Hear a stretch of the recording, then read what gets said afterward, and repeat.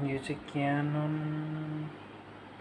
Image class MF PC41D। यसको समस्या भनेको चाहिँ प्रिन्ट हुँदाखेरि तपाईको प्रिन्ट यो साइडमा चाहिँ यस्तो आइरहेछ है त, यस्तो खालको समस्या छ। अब यो समस्या चाहिँ तपाईको पक्कै मेरो विचारमा चाहिँ यो फ्युजर युनिटतिर केही छ कि भन्ने कुरा लागेछ। अब यसलाई खोलेर हेरेर मात्रै ल यो हालतमा चाहिँ प्रेसर मेसिनको सबै घुटेर यस्तो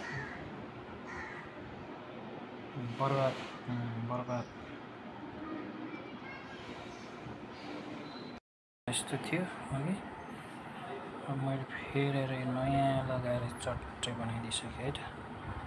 नयाँ हालेपछि यस्तो देखिन्छ, नयाँ लगाएपछि यसरी हुन्छ।